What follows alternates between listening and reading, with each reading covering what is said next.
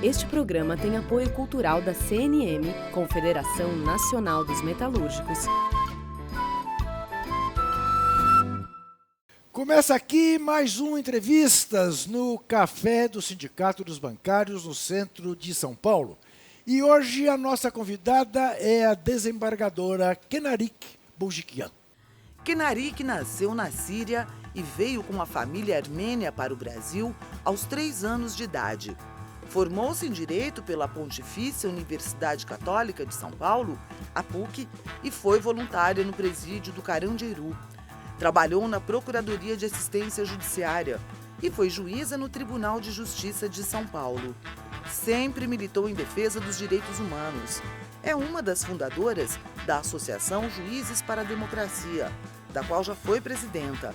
Em 2010, condenou o médico Roger Abdelmaci a 278 anos de prisão por 56 estupros. Desde 2017, é desembargadora do Tribunal de Justiça do Estado de São Paulo por mérito, cargo do qual acaba de se aposentar com muitas homenagens.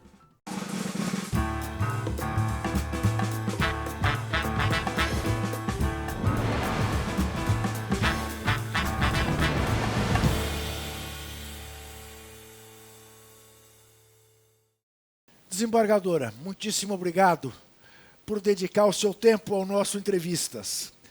E eu queria começar lembrando de uma carta que a senhora mandou ao ex-presidente Luiz Inácio Lula da Silva, dizendo a ele que o processo que o mantinha na prisão era um abuso, era alguma coisa que não se sustentava.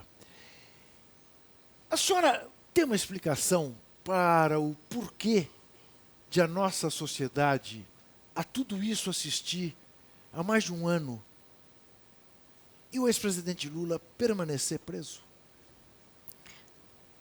Bom, obrigada primeiro por essa oportunidade de estar juntos, de estar conversando com todos que estão aqui. E é difícil dizer que esse momento que nós passamos tenha uma causa só. Acho que vem um contexto do que o Brasil vive há alguns anos. E a prisão do presidente Lula, que eu entendo uma prisão injusta, faz parte deste contexto de uma tentativa de alterar a situação de coisas pelas quais o Brasil estava vivendo na última década e meia, por assim dizer. No meio, eu sei, hoje a senhora está aposentada, mas eu sou filho de procurador de justiça.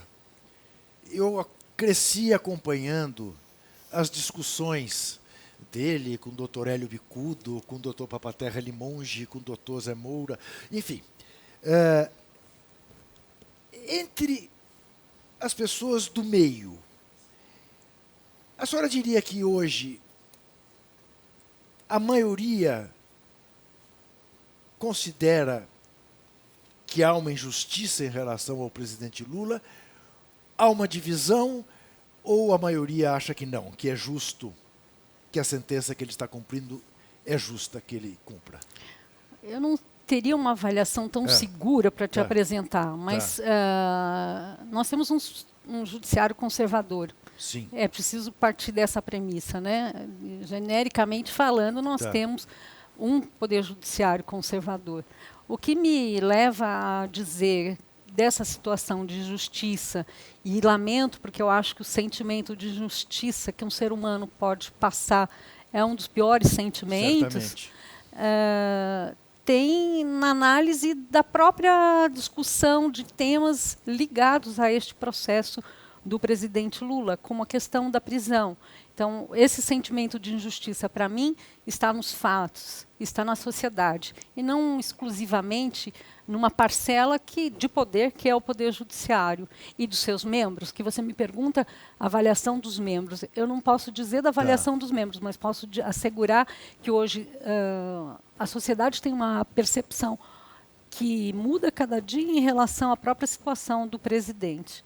Se nós observarmos, por exemplo, o ICJ, o Índice de Confiança da Justiça, que a Fundação Getúlio Vargas, a Faculdade de Direito da Getúlio Vargas, faz, nós vamos ver um decréscimo do judiciário nesse período de 2013 para 2017, sendo que nos anos anteriores havia uma estabilidade nesse índice de confiança. Em relação ao Ministério Público, o mesmo aconteceu. Aliás, o decréscimo da confiança no Ministério Público ainda é um pouco maior do que do Judiciário. Acho que o Ministério Público caiu entre 20% e 22%, e o Judiciário 17%. O que aconteceu no país de 2013 para 2017? Quer dizer, quais foram todas essas circunstâncias que levam a sociedade a afirmar que confia menos nesse poder, o que é muito ruim. E, na verdade, o decréscimo foi não só do Poder Judiciário, mas das instituições. Sim, imprensa, inclusive. Imprensa, inclusive. Acho que estão em alta o Exército e o Corpo de Bombeiros. Não é isso? E as redes sociais também cresceram. Sim. O que dá para, talvez, compreender um pouco o resultado e o que aconteceu nas últimas eleições. Sem dúvida alguma. Para participar dessa nossa conversa, nós convidamos a Maria Rosani Gregorucci, diretora executiva do Sindicato dos Bancários de São Paulo, Osasco e região. Convidamos também Diogo Santana, doutor em Direito Econômico pela Universidade de São Paulo e mestre em Administração Pública pela Universidade Harvard. Eu agradeço muito a presença dos dois e queria que você fizesse a primeira pergunta à nossa desembargadora. Olá, Juca, doutora, é uma honra muito grande para mim estar aqui no seu programa, na presença da desembargadora. E nisso que a senhora fala em relação ao judiciário, eu queria dizer como é que a senhora avalia a postura do senhor Sérgio Moro, que hoje ocupa o cargo de ministro da Justiça, né, que foi o operador da Lava Jato e que tinha uma missão aí muito clara, que a gente vê que era prender o Lula e derrotar o nosso projeto de justiça, e que, ao mesmo tempo que ele mostra que está acima da lei, que defende os direitos, ele faz vistas cegas quando vê lá prender um forte armamento no condomínio do presidente Bolsonaro, né, que fala que caixa 2 não é crime. Né? Então, assim, um peso e duas medidas a depender de quem ele está olhando. Né? Como que a senhora avalia essa postura de alguém que ocupa um cargo desses no nosso país?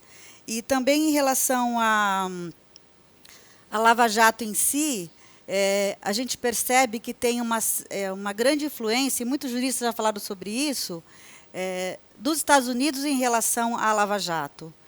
Queria também que a senhora falasse um pouco para a gente qual a sua percepção em relação a essa dominância dos Estados Unidos em relação a tudo que está acontecendo no nosso país, que a gente fala claramente, abertamente, que foi um golpe, né, que foi dado, que estamos vivendo até hoje, mas que a mídia e eles negam. A pergunta que você me faz em relação ao ex-juiz, começo por aí. Na verdade, acho que a gente precisa discutir qual é o papel do juiz, antes de mais nada. Quer dizer, que papel o juiz cumpre numa democracia. E ele tem um papel, o juiz, o poder judiciário, de garantir o Estado democrático de direito. E isso significa dar cumprimento à Constituição Federal, isso significa garantir os direitos. Não existe uma outra função para o poder judiciário que não seja essa. A partir do momento que um juiz, em qualquer processo, você deu como exemplo este específico, da Lava Jato, viola uma série de garantias, o que eu posso interpretar da posição do magistrado? Ele não é um garantidor de direitos, ele está cumprindo qualquer papel que não seja um de magistrado. Eu não vejo, nesse exemplo que você me traz, que nós tenhamos um juiz que seja aquele que a Constituição deseja. Isso nós estamos vendo, eu vejo, pelo menos na postura do atual ministro da Justiça, ex-juiz, uma perplexidade, porque não é para acontecer isso. Não é para a gente ter juiz que viole princípios. Desde o princípio, por exemplo, da garantia das gravações desde a condução coercitiva de inúmeras pessoas, como aconteceu. Então, é uma sequência de notícias que todos nós tivemos pela imprensa de muitas violações num processo. E nada pode justificar uma violação. Quando você comete uma violação num processo, você está rompendo todo o sistema. E, na verdade, isso está se repetindo em outras instâncias. Porque, de alguma forma, ele recebeu a retaguarda para fazer isso, deram carta aberta para ele fazer isso. Quando ele viola o sigilo da escuta telefônica, que é uma garantia constitucional, está no artigo 5º, tudo que está no artigo 5º da nossa Constituição não pode ser mudado por ninguém. Nem o legislativo pode tocar, que a gente diz as cláusulas pétreas, as duras, aquelas que são intocáveis. Essa é uma delas. Quando o juiz comete um ato, não há dúvida que esse ato foi cometido. Todo mundo sabe que o ato foi cometido. E aí um tribunal regional federal, quando discute essa questão em termos administrativos, diz era uma questão excepcional, então ele pode fazer a exceção que ele quiser. O que nós estamos fazendo? Rasgando uma Constituição.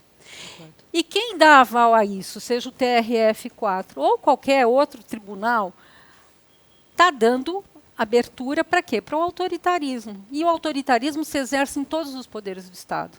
Você pode exercer em qualquer poder do Estado, inclusive do judiciário. Em relação à questão da interferência dos Estados Unidos, não vou poder te dizer mais muita coisa, mas essa fundação que foi criada agora, Que é um absurdo. que está em litígio, vamos dizer assim, ela mostrou bem, em termos concretos, o que significa essa intervenção. Por que foram levantados dados da Petrobras entregues para os Estados Unidos? Então, é uma coisa muito mais séria do que a gente imagina, e isso é um fio da meada, que não foi o único caso que teve fundação, agora apareceu mais uma outra fundação com dinheiro destinado a outros fins. Então, essa situação é muito complicada. É claro que no Brasil tem muita riqueza natural e nós não temos dúvida do papel que os Estados Unidos têm cumprido no mundo inteiro. Não é só aqui no Brasil, em outros países da América Latina.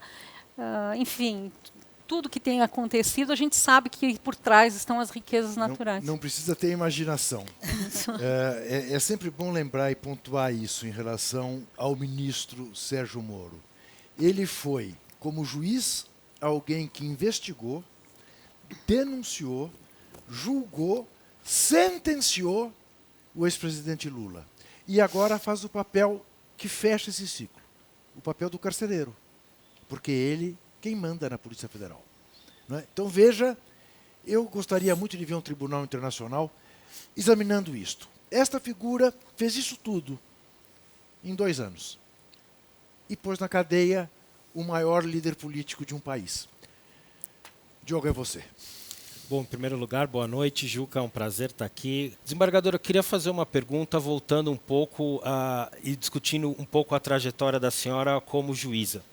Se a gente pegar do período que a senhora entrou na magistratura para hoje, desde a década de 80, o Brasil claramente conseguiu evoluir em muitas direções. Quando a gente olha para a educação do Brasil hoje é outra, muito melhor, com todas as dificuldades, muito melhor do que era na década de 80.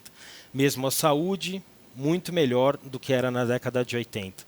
E outras áreas de políticas públicas você consegue detectar facilmente muitos avanços em relação ao que o Brasil era ao final da ditadura. Porém, na área da segurança pública e na área da justiça, o Brasil é um país hoje que tem um número de homicídios muito alto, com um componente racial fortíssimo, um número muito grande de pessoas encarceradas, o que faz com que o Brasil, em muitas áreas, tenha tido um avanço grande, mas nessa área da segurança pública, do sistema de justiça, a gente tenha problemas gravíssimos. Na opinião da senhora, que passou todo esse tempo e teve uma carreira brilhante no judiciário, por que isso aconteceu? Eu tive sorte, porque eu comecei a magistratura em 89. Eu fui aprovada em 88, logo depois da Constituição, e comecei a judicar em 89. Então, eu sou filha dessa conquista do povo brasileiro, né, a Constituição de 88. Dali para cá, muita coisa mudou no Brasil, como você falou. E na última década e meia, as mudanças foram muito significativas. E eu gosto de falar especialmente dessa última década e meia, porque tem um dado que me comove, que me toca, que foi a questão do índice da miséria. Agora, em relação à segurança, esse índice não melhorou nunca, nem na época desse projeto. Isso tem cada vez ficado mais claro nos últimos tempos, quando o crescimento é assustador de prisões, de pessoas aprisionadas, de jovens negros, em sua grande maioria, e especialmente na última década, um crescimento das mulheres encarceradas. O índice de crescimento de mulheres é de quase 600%. Então, nós estamos prendendo cada vez mais. É certo que tem algumas medidas que estão sendo colocadas com alguma resistência do próprio judiciário, que são as audiências de custódia. É um momento específico para o juiz avaliar essa necessidade de prisão, de avaliar se a pessoa presa foi torturada, teve algum sofrimento ou algum dano. Mas a cultura que nós passamos, ela precisa ser rompida. E o pior é que a gente vê um discurso de segurança, entre aspas, do atual ministro da Justiça, que em nada vai resolver a questão da segurança. Se fosse resolver, ótimo, maravilhoso, mas em nada resolve. Pelo contrário, todo um projeto que está sendo encaminhado, foi encaminhado agora para o Congresso, vai só aprofundar essa situação de caos que vive o sistema da segurança. Eu acho que nós precisamos enfrentar isso com racionalidade, e isso ainda não foi feito. No próximo bloco, eu vou querer saber da desembargadora que a avaliação ela faz do STF. Estará o nosso STF intimidado? A gente já volta.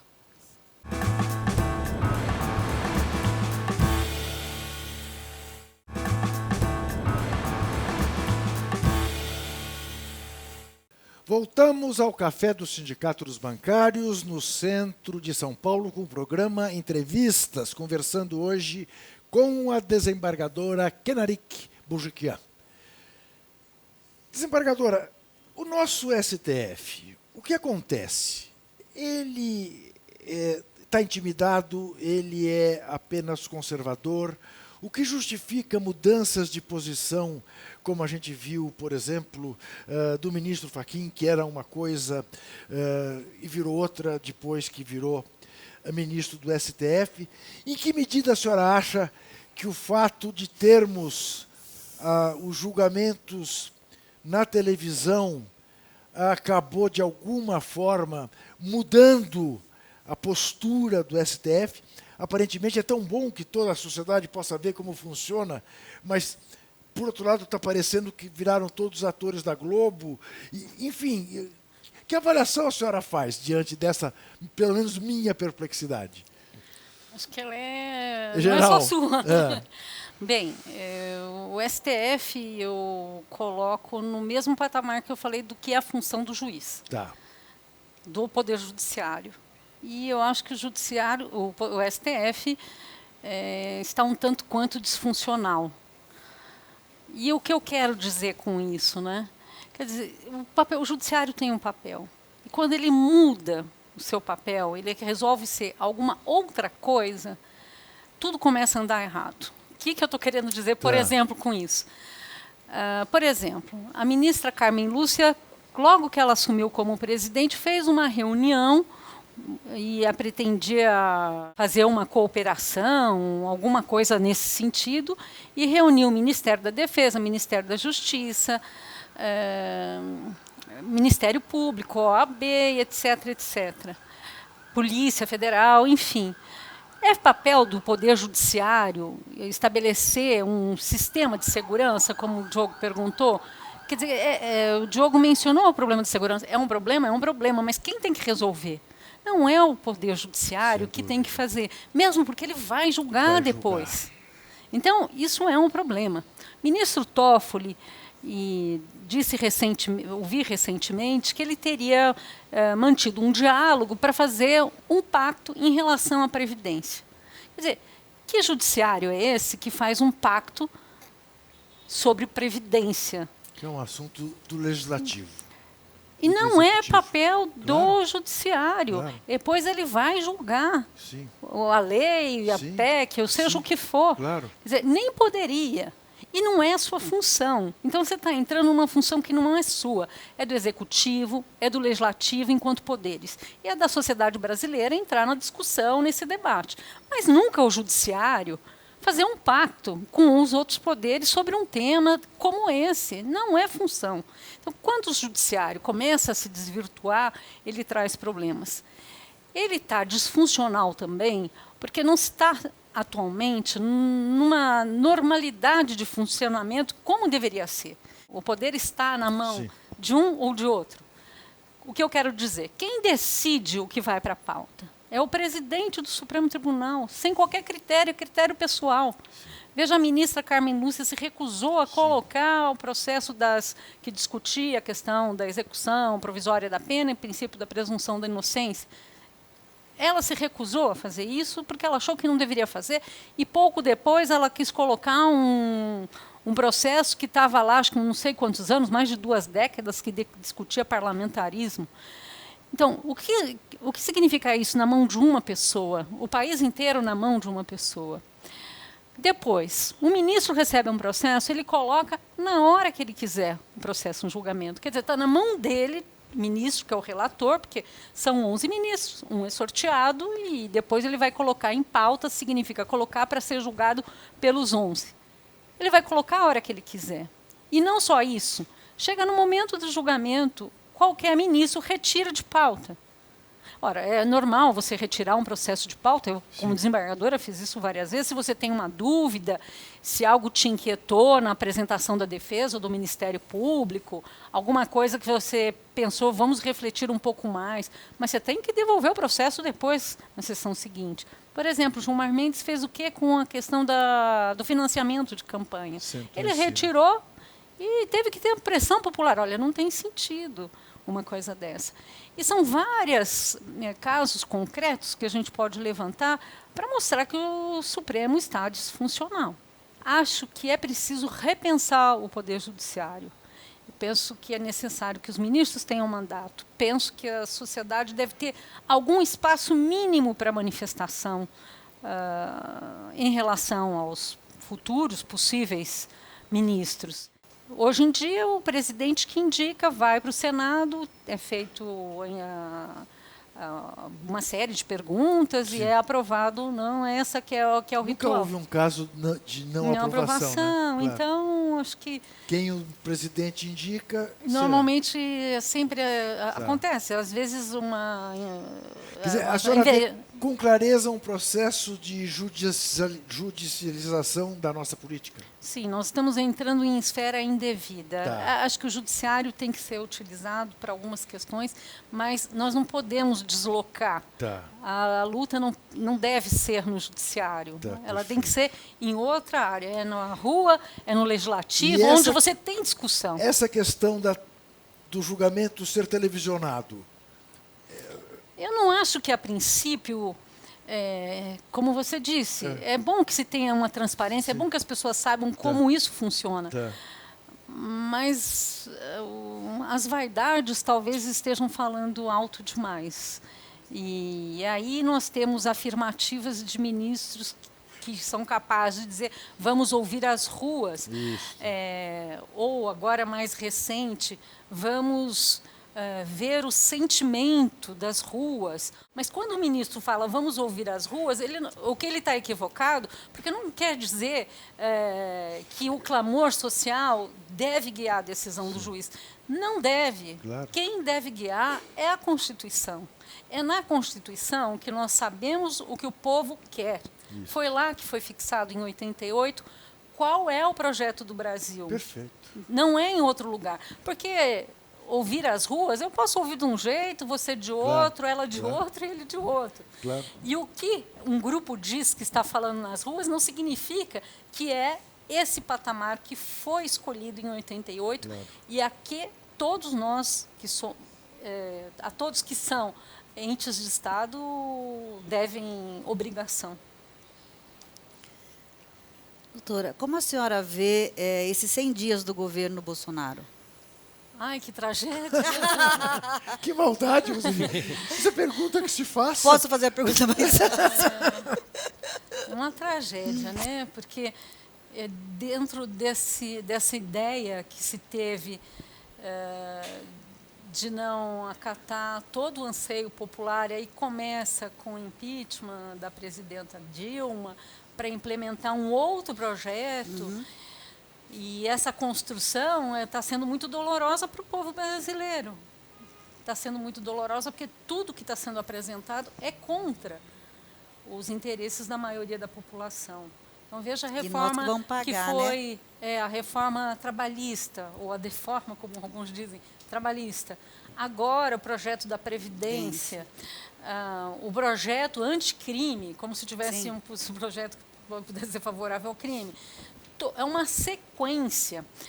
A tentativa de impedir acesso às informações, isso foi derrubado, mas é uma sucessão. Nós não vemos nada de positivo acontecendo. A linguagem da violência e do ódio aumentando. Olha, agora recentemente, o que significa uma pessoa ser assassinada com 80 tiros aqui no Rio de Janeiro, se não o resultado de todo esse projeto, senão a linguagem que está sendo usada de como se tudo fosse permitido. Então, é uma tragédia que nós estamos passando, mas, por outro lado, eu penso que nós estamos revivendo um tempo de rearticulação muito mais forte dos movimentos populares, embora, ao mesmo tempo, com uma grande criminalização. Hoje, o artigo 19, que é uma organização que trabalha com esse tema, está lançando um relatório com avaliação do número de prisões crescentes em momentos de protesto. Nós temos um governador num estado como o Rio de Janeiro que é um incentivador dos snipers. Pois então. Que mais precisa? Mais nada. Junta com o presidente, Isso. que tem o mesmo discurso, que tem a mensagem primeira, que é uma arma na mão. Então, o que nós vamos querer que alguém que esteja lá embaixo Temos um ministro da Justiça que acha que o cinema de Hollywood é que nos ensina como tratar as questões do crime. E até erra o nome do filme. Doutor Diogo. Não, é verdade, a coisa do cinema foi bem grave mesmo. Doutora Quinaria, eu queria voltar, acho que no começo da entrevista e agora nessa fala mais longa na resposta para o Juca, que é pensar no papel do juiz como um garantidor do Estado democrático de direito. E no Brasil, nos últimos tempos, o que a gente tem assistido é uma espécie de ativismo judicial conservador, o que colocou boa parte da esquerda progressista no judiciário e no direito num campo, numa espécie de defensiva para a garantia do Estado democrático de direito.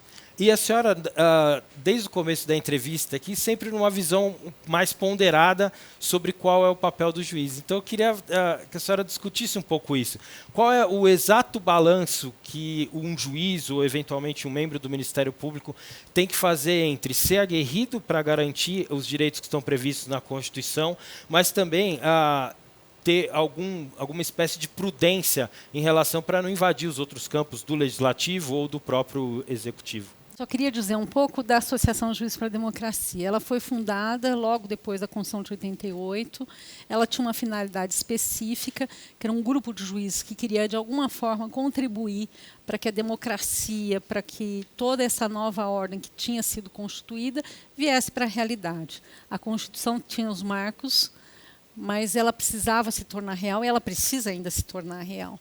E aí que foi fundada a Associação Juiz para a Democracia, muito espelhada e com outras associações que tinham em países da Europa, especialmente Espanha. E essa era a intenção da associação. É uma forma dos juízes poderem participar fora do processo, porque, como juiz, você tem a sua limitação, você atua só no processo e nada mais. Você não pode fazer absolutamente mais nada e não deve fazer absolutamente mais nada. mas você não deixa de ser cidadão. Você não deixa de ter esse potencial que todos nós temos. E aí era uma forma de termos essa contribuição. Em relação ao ativismo que você diz, mas o que é importante, eu acho, destacar que existem muitas essas confusões dos papéis. Acho que existia um pouco de engano na avaliação, quando se dizia o juiz está sendo um ativista. Na verdade, se você está garantindo um direito constitucional, você está cumprindo o seu dever. Para mim, o marco, o fio condutor sempre será e deve ser a Constituição. Se você está fazendo alguma coisa e aí o que você usou, o ativismo negativo, você não está cumprindo este patamar que a Constituição estabeleceu. Então, eu volto a falar que, para mim, é tudo uma questão de analisar se o juiz está ou não cumprindo a Constituição. Tudo que fugir para um lado ou para o outro, seja que lado for, ele está indo além do seu papel. Como é que faz esse equilíbrio? Então, vou refazer um pouco aí a minha fala para ficar um pouco mais claro o que eu quis dizer. O juiz, como operador de uma decisão, ele fala no processo. Isso não significa que o juiz não tenha liberdade de expressão. E ela é importante, porque ela dialoga de alguma forma com a sociedade. Ela é importante porque ela é mais transparente. Ela é importante porque ela dá uma contribuição para a sociedade de alguma forma. O juiz tem, como todos os demais cidadãos, a liberdade de expressão. Mas a gente não pode confundir que o juiz tem a limitação da imparcialidade, que aí é uma outra coisa. Quando eu digo um juiz não deve falar de seu processo, etc. e tal, o que eu quero dizer é que o juiz não pode ser imparcial. Não, desculpa, ele deve ser imparcial. Mas a imparcialidade tomada no sentido de que ele não vai se manifestar porque ele já tem uma posição firmada antes de um julgamento. Isso que é inaceitável. Ele não pode ser imparcial, ele deve ser imparcial e não pode, por exemplo, adiantar o julgamento de um processo, colocar na fila antes de outros processos que também teriam a gravidade. Então, por exemplo, eu posso julgar um processo de réu preso antes de um réu solto. Qual é a ordem? Tem preso mais antigo? Quando eu, de alguma forma, manipulo a ordem do julgamento, eu estou ferindo um princípio da imparcialidade. O que ele impede é que eu fale sobre o meu processo, mas eu, como cidadã, posso dizer sobre todos os assuntos que não impliquem no meu julgamento.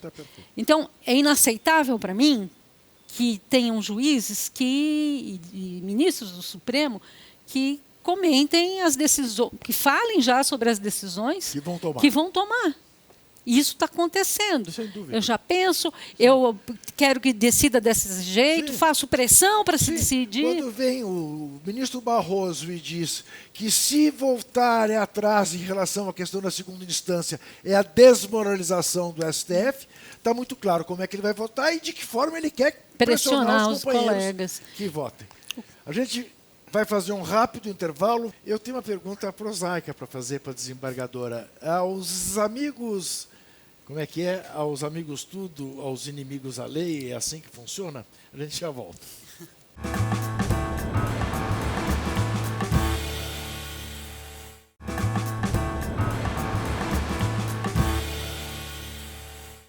Voltamos ao Sindicato dos Bancários, no centro de São Paulo, com o programa Entrevistas, conversando com a desembargadora Kenarik Boujikian. Aos amigos tudo, aos inimigos a lei, desembargadora? É o que o povo pensa. É o que o povo pensa que está acontecendo, né? Que está acontecendo. Tem uma pesquisa que diz que um grande percentual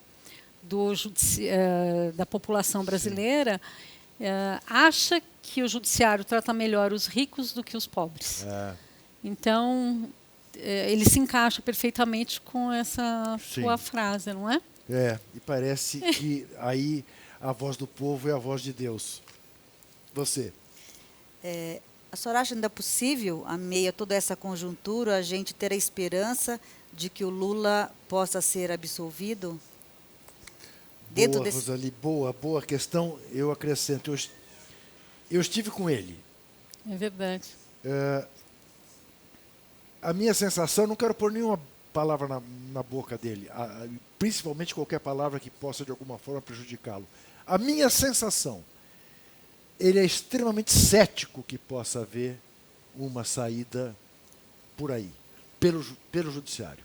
Mas tem razões, eu acho, monumentais para esse ceticismo, em função de tudo que aconteceu com ele.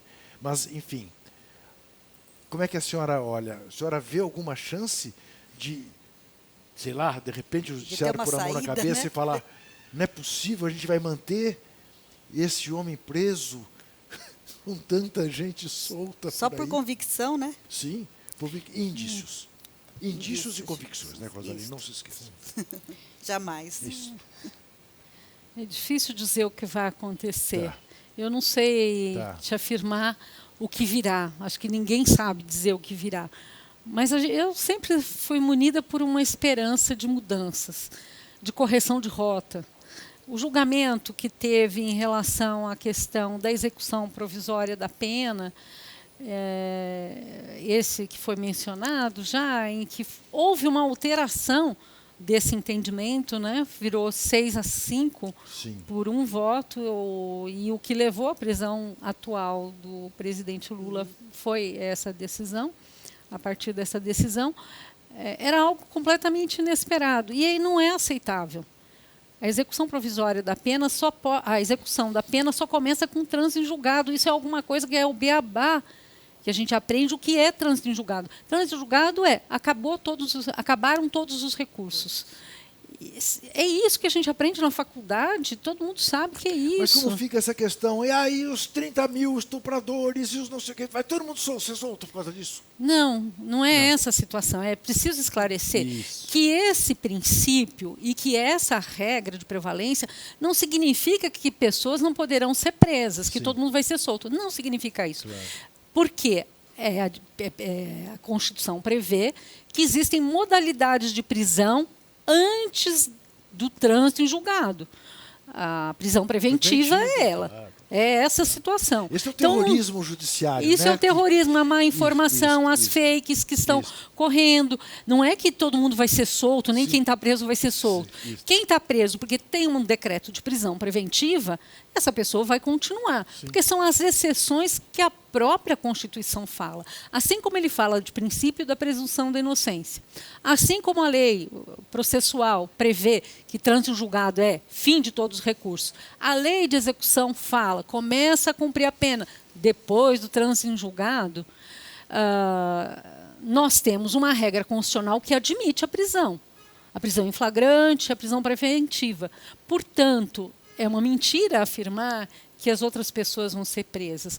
Nós temos vão ser soltas. Nós temos um número imenso de presos provisórios, muito além do que se possa imaginar como razoável. Sem dúvida. É um percentual altíssimo. O CNJ tem esses dados e tem tido uma preocupação em relação a esse excesso. Então, não significa necessariamente que todo mundo vai ser solto. O que significa que nós estamos enchendo mais e mais a prisão após esse julgamento, o que incomoda, porque essa decisão foi tomada e foi... Por que teve essa virada? A ministra Rosa Weber, que votou num órgão colegiado, eles estavam em 11, disse que não votava de uma determinada forma porque estava respeitando o colegiado. Mas ela achava diferente do que ela sempre votaria. Achou diferente. Ela disse que achava diferente e eu mencionava nos meus votos. Então, é preciso ter em conta que é preciso mudar essa rota. Nós precisamos mudar essa rota. Como ela vai ser mudada, eu não sei como será. Mas eu espero que seja o mais rápido possível. Se a intenção que existisse em todo esse período era mudar o projeto, que o presidente também não fosse eleito, o fato já aconteceu, né? Agora, assim como houve a questão da prisão, a proibição de fala do presidente, Quer dizer, é inaceitável isso, né? A imprensa pede entrevista e não dá, sem correr nenhum perigo. Eu tive, já que eu fui lá na qualidade de amigo, de avô solidário, mas eu tive que assinar lá um papel de que eu não gravaria, de que eu não entrevistaria, de que eu não publicaria, de que... Quer dizer, onde está a liberdade de imprensa, onde está a liberdade de escadinha expressão? da entrevista na cadeia. Não, quantas entrevistas nós já não vimos? Aquela tua frase dos inimigos e dos amigos, não é, se repete, se está se repetindo, né? Não são os exemplos concretos, ninguém está inventando nenhum exemplo aqui. Correto. Veja o caso do comparecimento dele no enterro do irmão. Do irmão. Sim. O DEPEN tem uma estatística de 180 mil saídas em 2016. Quer dizer, Sem dúvida. cada um tira a conclusão que Diogo. entender. Desembargador, acho que na mesma linha, queria perguntar para a senhora, porque uma das polêmicas, ou nem deveria ser uma polêmica, mas acho que talvez um dos momentos mais duros da senhora na magistratura foi agora recentemente, exatamente quando a senhora começou a tomar um conjunto de decisões que seguiam estritamente o que dizia a letra da lei, a letra fria da lei, e por conta da consequência, que seria o desencarceramento, houve uma reação brutal, tanto dos seus pares dentro do Tribunal de Justiça de São Paulo, quanto de setores mais conservadores da imprensa, dizendo que a senhora estava soltando um monte de gente e isso representaria um perigo para a sociedade. E eu, sendo nascido e criado na periferia de São Paulo, queria perguntar isso para a senhora, por que é tão difícil cumprir a lei quando se trata de uma pessoa pobre ou quando se trata de uma pessoa negra? Como são essas fontes de pressão dentro do próprio judiciário? Acho que você está se referindo ao episódio que eu fui processada administrativamente e fui punida, inclusive, aqui pelo Tribunal de Justiça, com a pena de censura, porque mandei expedir alvará de soltura monocraticamente, porque no tribunal a gente funciona em colegiado, ou 3 pessoas decidem 3 ou mais, conforme o tipo de processo ou recurso. E eram casos que, pelo processo, eu achava que era caso de despedir, porque tinha um cumprimento da pena que tinha sido imposta. Tem vários fatores, eu acho, que estão imbricados aí nesse caso concreto. O fato é que, no final, eu estive no CNJ, o CNJ falou com todas as letras, usou essa expressão, que o tribunal arrumou uma razão estapafúrdia para querer punir uma juíza. Exatamente. E foi feita bem a distinção do que é censura como pena administrativa, que isso é uma pena que, se um juiz comete uma falha no trabalho, ele pode sofrer, do que é censura de pensamento, o que é muito diferente, né? E que, no caso, estava evidente que era uma censura em relação ao meu modo de pensar. Então, esse foi o primeiro aí, acho que foi um segundo desses processos de tempo mais recente. Na verdade, antes eu nunca tive em toda a minha carreira nenhum outro processo, é mais recentemente que isso acontece.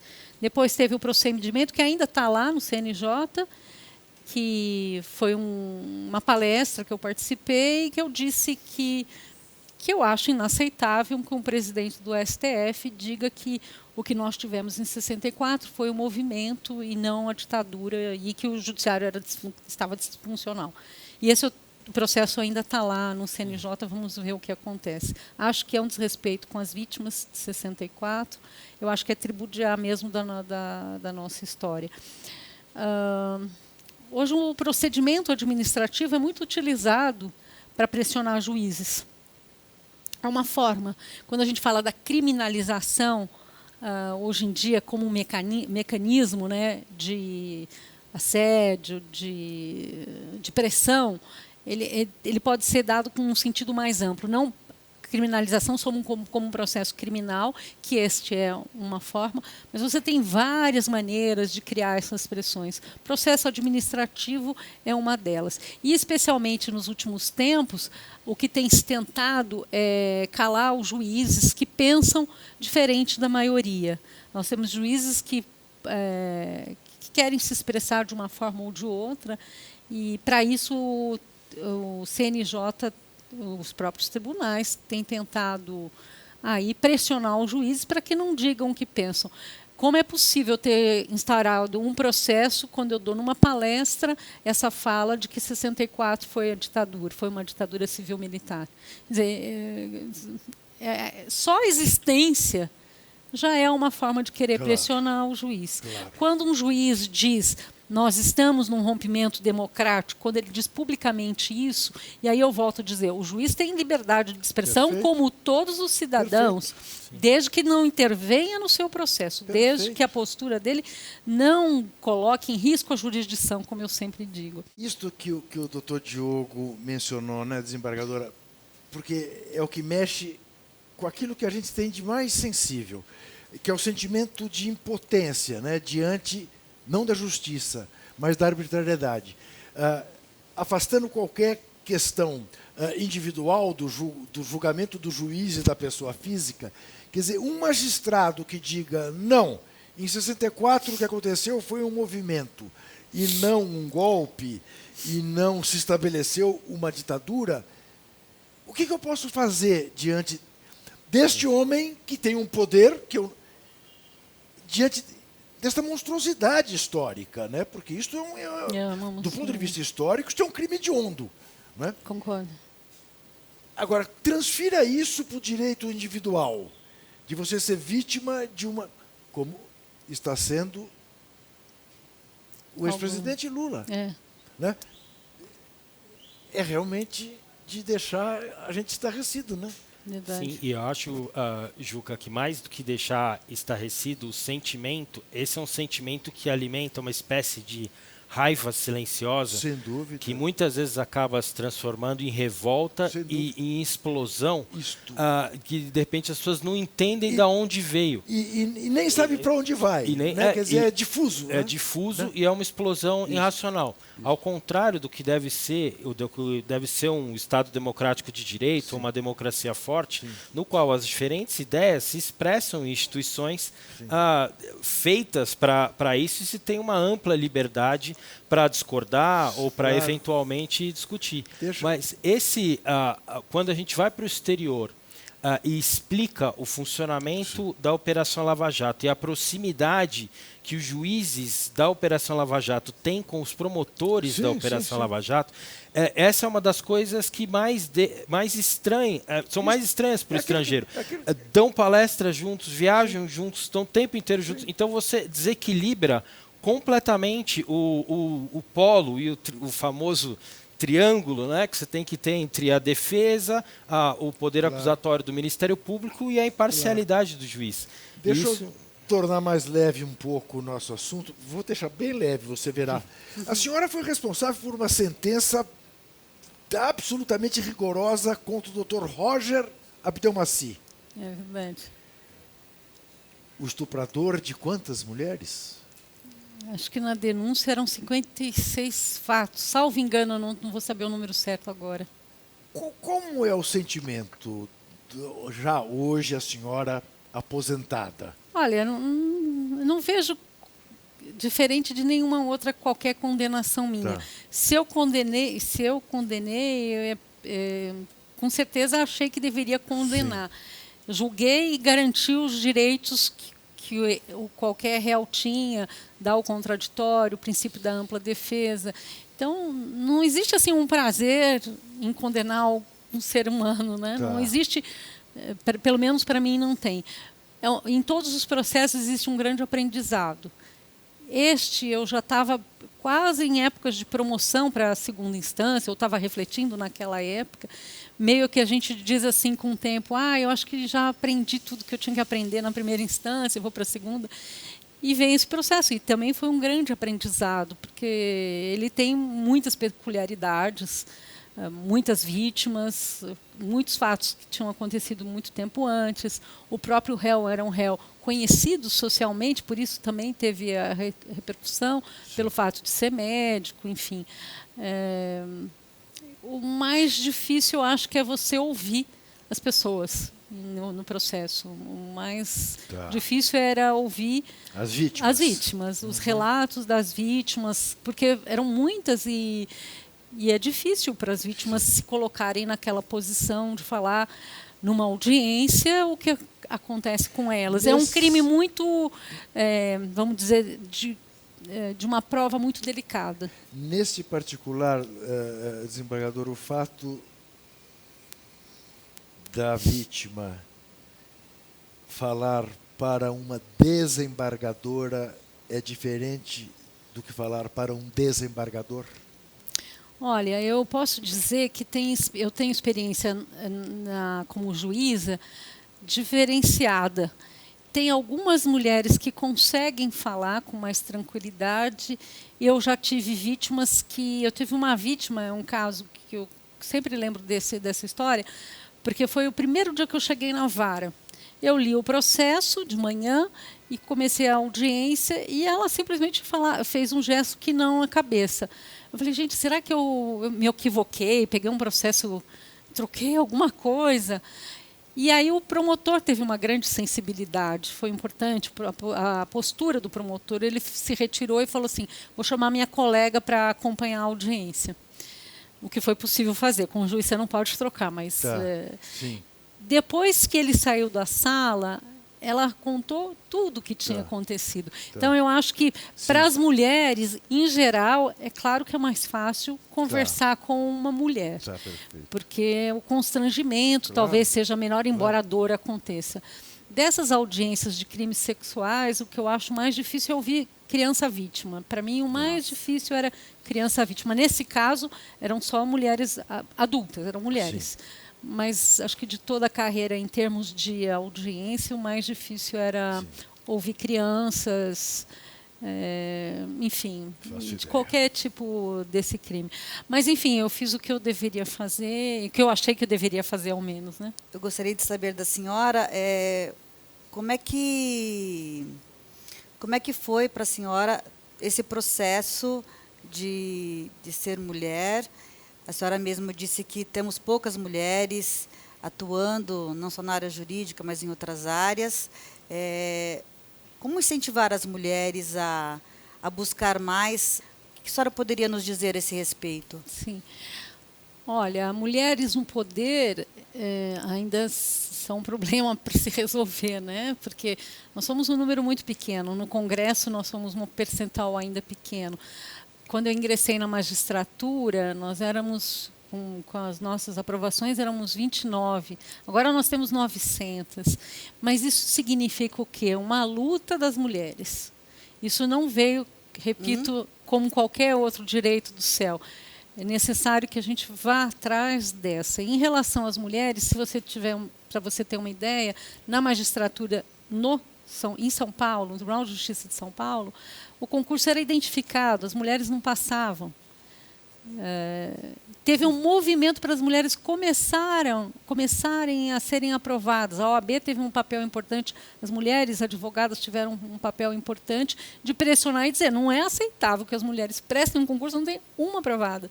Aí só em 1981 que começam as mulheres a ingressar na magistratura. Eu sou da turma de 84. O concurso ser identificado era um problema, porque sabia quem era, quem não era. Então, são avanços, são conquistas. No último concurso da magistratura, nós tivemos cotas para negros. Eu nunca vi, eu fui na posse dos novos juízes, eu nunca vi tantos juízes negros juntos no mesmo momento.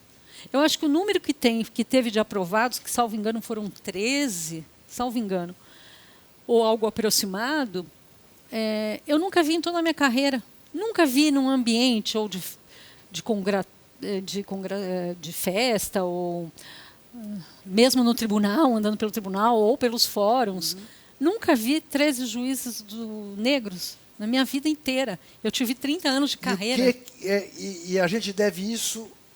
à luta. À luta. À luta. À luta. Eu acho que é isso. Eu acho que se você não tenta mudanças estruturais, sistêmicas, você dificilmente vai conseguir avançar.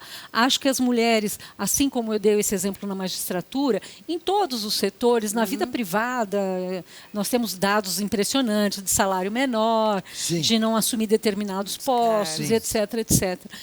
Tudo que foi conquistado pela luta das mulheres. Mas como uma derradeira pergunta no programa de hoje, desembargadora, em que medida essa luta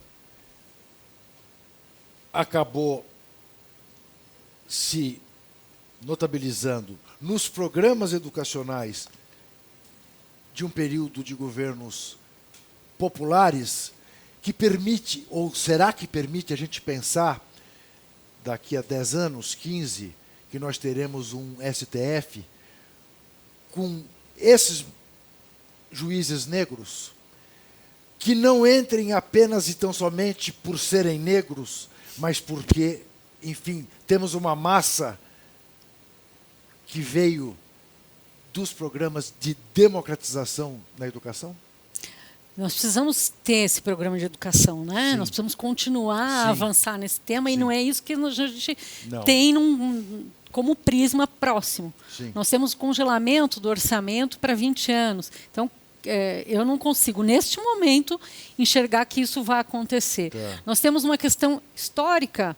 A questão de gênero e raça dentro do judiciário, ela é de sempre. Agora que ela está sendo rompida, até isso ser algo significativo, ainda vai demorar muito. Tá. Ainda vai demorar muito. Mas eu acredito que é a partir da educação que nós vamos construir tudo nesse país. Eu não acredito que existe algum caminho que seja melhor que se não a educação. O problema é esse retrocesso, né? Sem dúvida. Oi? Esse retrocesso agora em Esse relação a Sim. tudo isso. Isso. Haveremos de lutar contra ele até o fim. Doutor Diogo, muitíssimo obrigado. Obrigado. Ana Rosane, muitíssimo. Ana Rosane, não. Maria. Maria.